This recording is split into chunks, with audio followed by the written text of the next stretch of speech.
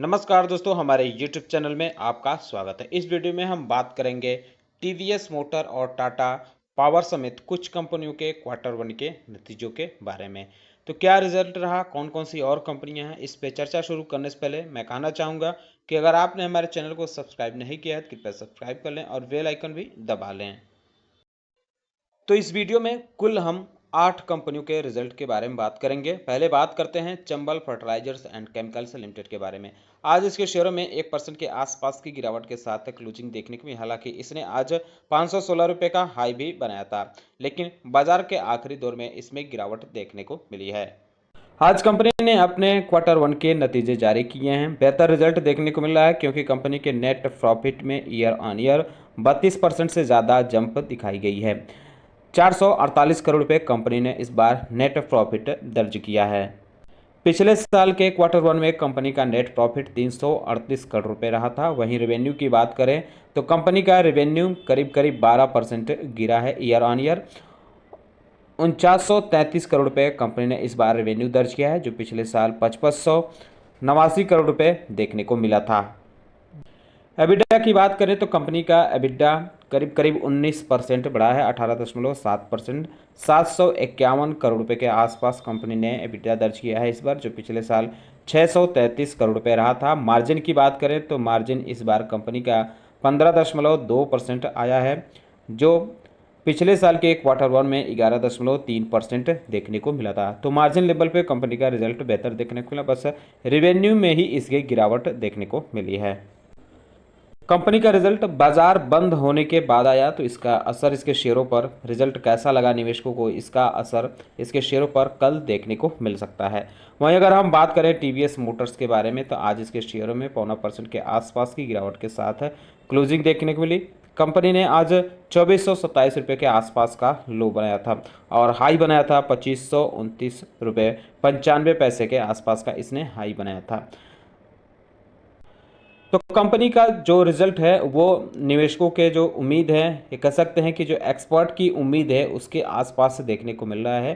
Company ने इस बार 577 करोड़ रुपए नेट प्रॉफिट दर्ज किया है, जबकि इसकी उम्मीद लगाई थी कि 574 करोड़ रुपए कंपनी का नेट प्रॉफिट देखने को मिल सकता है। इसका रेवेन्यू भी 16% इंक्रीज हुआ है। 8,376 करोड़ रुपए कंपनी ने रेवेन्यू दर्ज किया है। ये भी एस्टिमेट के आसपास देखने को मिल रहा है, क्योंकि एस्टिमेट 8,365 करोड़ रुपए का देखने को मिला था। अगर एबिडा लेवल की बात करें तो कंपनी का एबिडा ग्रोथ 21% से ज़्यादा ईयर ऑन ईयर रही है। कंपनी ने एबिडा जो दर्ज किया है वो 960 करोड़ रुपए के आसपास का दर्ज किया है। इसकी उम्मीद थी कि कंपनी की एबिडा इस बार 968 करोड़ रुपए के आसपास रह सकता है। कंपनी का एबिडा मार्जिन 50 बेसिस पॉइंट बढ़ा है। कंपनी ने इस बार 11.5% एबिडा मार्जिन दर्ज किया है। अगर अन्य चीज़ों की बात करें तो जो इसकी ओवरऑल सेल रही है, टीवीएस मोटर्स की जो एक्सपोर्ट रही है, इन सबको मिलाकर 14% इसमें बढ़त देखने को मिली है पिछले साल के मुकाबले। इस बार कंपनी ने ओवरऑल जो सेल किए हैं वो 10,87,000 यूनिट की सेल की है, जो पिछले साल 9,53,000 देखने को मिली थी। मोटरसाइकिल सेल की ग्रोथ 11% ईयर ऑन ईयर रही है। कंपनी ने 5,14,000 यूनिट इस बार बेची है। वहीं इलेक्ट्रॉनिक स्कूटर जो सेल्स है उसमें जो बिक्री हुई है वो इस बार 52,000 यूनिट की बिक्री हुई है, जो पिछले साल 3 साल में। इस क्वार्टर में कंपनी ने नए वेरिएंट भी लॉन्च किए हैं, इसकी भी जानकारी दी गई है। जो 5 वेरिएंट देखने को मिल रहे हैं, 3 बैटरी वाले थे और 2 अन्य चीज़ों के थे। कुछ एनालिसिस की रिपोर्ट भी देखने को मिली है। 42 एनालिसिस्ट की रिपोर्ट देखने को मिली है। टीवीएस मोटर में 21 ने बाई की रेटिंग दी है और इसमें से 9 ने होल्ड की रेटिंग दी है, जबकर 12 एनालिस्ट ने सेल की रेटिंग दी है। अब बात करते हैं बजाज इलेक्ट्रिकल्स लिमिटेड के बारे में। आज इसके शेयरों में काफ़ी उतार चढ़ाव देखने को मिला। कुछ समय पहले इसमें गिरावट रही थी, लेकिन बाद में इसमें अच्छी खासी तेज़ी देखने को मिली। कुल मिलाकर देखें तो ½ % के आसपास की हरियाली के साथ है इसके शेयरों में क्लोजिंग देखने को मिली। 994 रुपये 90 पैसे के आसपास का हाई बनाया था और 932 रुपये के आसपास इसने लो भी बनाया था। कंपनी ने अपने Q1 के नतीजे जारी किए हैं। इसमें बताया गया है कि कंपनी का जो नेट प्रॉफिट है इस बार ड्रॉप हुआ है। 24% से ज़्यादा कंपनी का net profit year on year गिरा है। कंपनी ने 28 करोड़ रुपए नेट प्रॉफिट दर्ज किया है, जो पिछले साल के Q1 में 37 करोड़ रुपए के आसपास रहा था। वहीं अगर हम बात करें क्वार्टर ऑन क्वार्टर तो इसकी नेट प्रॉफिट 4% के आसपास गरी है। 29 करोड़ रुपए कंपनी ने पिछले क्वार्टर में नेट प्रॉफिट दर्ज किया था। रेवेन्यू की बात करें तो रेवेन्यू में बढ़त देखने को मिल रही है। 3.8% ईयर ऑन ईयर कंपनी का रेवेन्यू बढ़ा है। 1154 करोड़ रुपए कंपनी ने रेवेन्यू दर्ज किया है, जो पिछले साल के Q1 में 1108 करोड़ रुपए देखने को मिला था। अगर क्वार्टर ऑन क्वार्टर के बेस पे बात करें तो कंपनी का रेवेन्यू 2.5% गिरा है। 1181 करोड़ रुपए पिछले क्वार्टर में कंपनी ने रेवेन्यू दर्ज किया था। एबिडा लेवल पे हम बात कर लेते हैं तो कंपनी का एबिडा इस बार 76 करोड़ रुपए देखने को मिला है, जो पिछले साल के Q1 में 77 करोड़ रुपए रहा था। मार्जिन की बात करें तो 1% डीप हुआ है ईयर ऑन ईयर के हिसाब से। कंपनी का एबिडा मार्जिन इस बार 6.6% देखने को मिला है, जो पिछले साल के Q1 में 6.9% देखने को मिला था। कुछ अन्य चीज़ों की बात करें, बजाज इलेक्ट्रिकल्स के कंज्यूमर प्रोडक्ट की बात करें तो इस सेगमेंट में कंपनी का टोटल रेवेन्यू 905 करोड़ रुपए रहा है, जो पिछले साल के Q1 में 873 करोड़ रुपए देखने को मिला था। इसमें 3.7% ग्रोथ देखने को मिली है। इसकी एबिट स्लैश 44% रहा है, 23 करोड़ रुपए रहा है, जो पिछले साल के Q1 में ये 41 करोड़ रुपए देखने को मिला था। कंपनी का कैश फ्लो 155 करोड़ रुपए रहा है। इसके अलावा कैश इक्विवेलेंट्स और सरप्लस इन्वेस्टमेंट कंपनी का 442 करोड़ रुपए देखने को मिला है। पावर फाइनेंस कॉर्पोरेशन लिमिटेड के बारे में बात करें तो आज इसके शेयरों में 4.25% के आसपास की गिरावट के साथ क्लोजिंग देखने को मिली। पिछले 5 सेशन में इसमें 14.5% के आसपास की गिरावट है। एक महीने में 13% से ज़्यादा की गिरावट देखने को मिल रही है। कंपनी ने अपने क्वार्टरली नतीजे जारी किए हैं। इसके कंसोलिडेटेड नेट प्रॉफिट में 24% ईयर ऑन ईयर बढ़त देखने को मिली है। 3718 करोड़ रुपये कंपनी ने इस बार नेट प्रॉफिट दर्ज किया है, जो पिछले साल के Q1 में 3006 करोड़ रुपए के आसपास देखने को मिला था। वहीं अगर कंपनी के नेट इंटरेस्ट इनकम यानी NII की बात करें, जो नेट इंटरेस्ट अर्निंग और इंटरेस्ट एक्सपेंस से अलग होता है, तो ये 23.5% ईयर ऑन ईयर बढ़ा है। 4328 करोड़ रुपए कंपनी ने NII दर्ज किया है, जो पिछले साल के Q1 में 3503 करोड़ रुपए रहा था। बेहतर नतीजों के साथ ही कंपनी ने इंतरिम डिविडेंड का भी डिक्लेरेशन किया है। कंपनी 3.25 रुपये पर शेयर इंतरिम डिविडेंड देगी। ये फेस वैल्यू 10 रुपये के फेस वैल्यू वाले शेयर पे ये इंतरिम डिविडेंड दी जाएगी। जो इसकी रिकॉर्ड डेट होगी ये 30 अगस्त बताई गई है और इसकी पेमेंट यानी डिविडेंड की पेमेंट 5 सितंबर से पहले की जा सकती है, ऐसा कंपनी की तरफ से कहा गया है।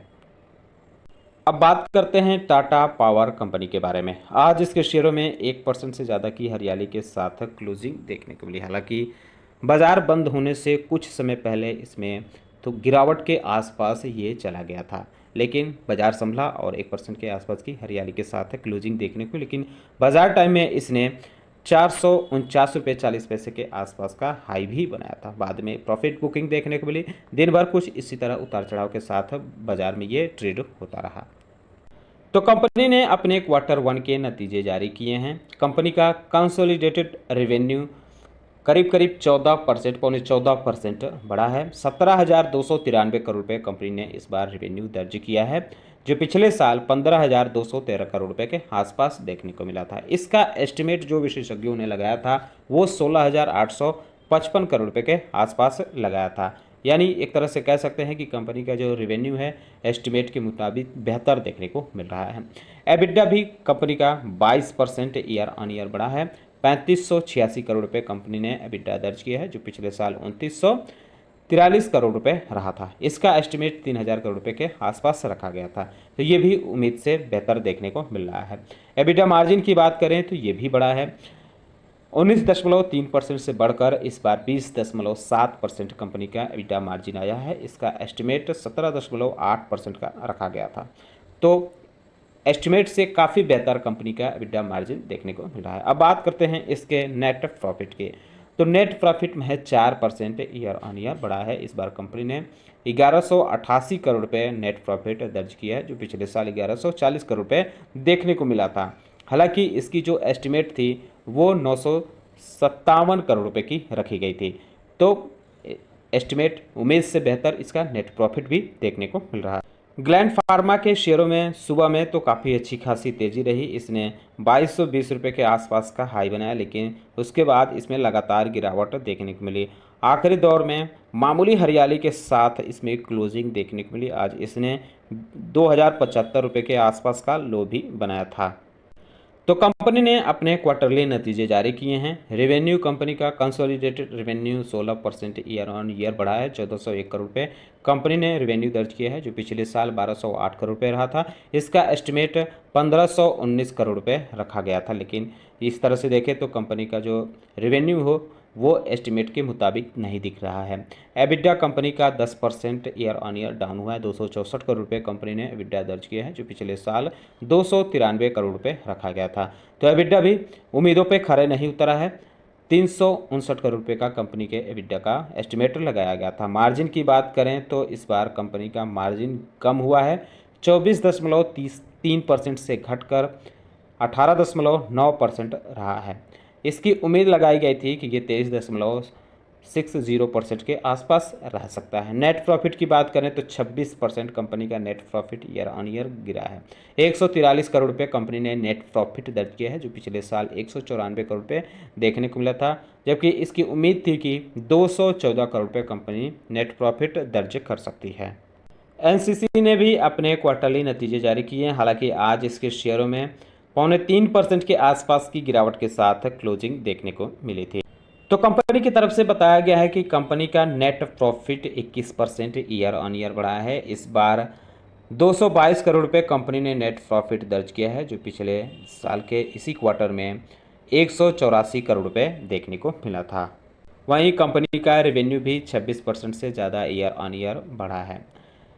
कंपनी ने 5527 करोड़ रुपए इस बार रेवेन्यू दर्ज किया है। अब अगर बात करें कंपनी के एबिटा की, तो एबिटा भी कंपनी का 17% ईयर ऑन ईयर बढ़ा है, 477 करोड़ रुपए कंपनी ने एबिटा दर्ज किया है। एबिटा मार्जिन इस बार हालांकि कम हुआ है, 9.3% से कम होकर 8.6% रहा है।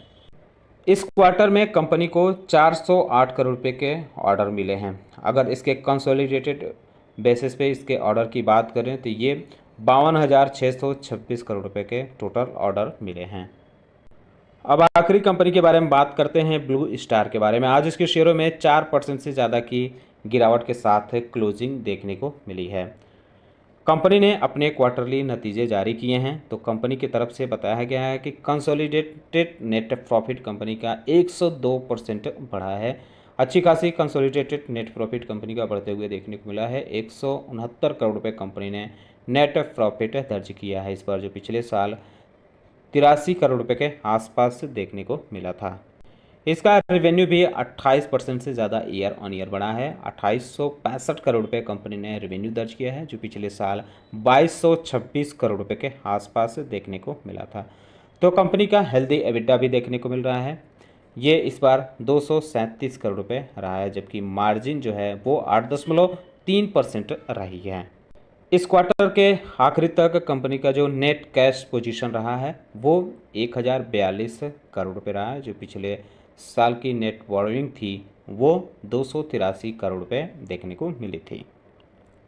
तो कल इसके शेयरों पर आप चाहें तो नज़र रख सकते हैं। पिछले 5 सेशन की बात करें तो इसमें 10.5% से ज़्यादा की गिरावट है। एक महीने में 5.5% के आसपास की गिरावट है, हालांकि 6 महीने में 34% के आसपास की तेज़ी भी देखने को मिल रही है। तो दोस्तों उम्मीद करता हूँ कि आपको हमारा वीडियो पसंद आया होगा। कैसा लगा बताना ना भूलें, साथ ही साथ हमारे चैनल को सब्सक्राइब करने, बेल आइकन दबा लें। वीडियो देखने के लिए बहुत बहुत धन्यवाद।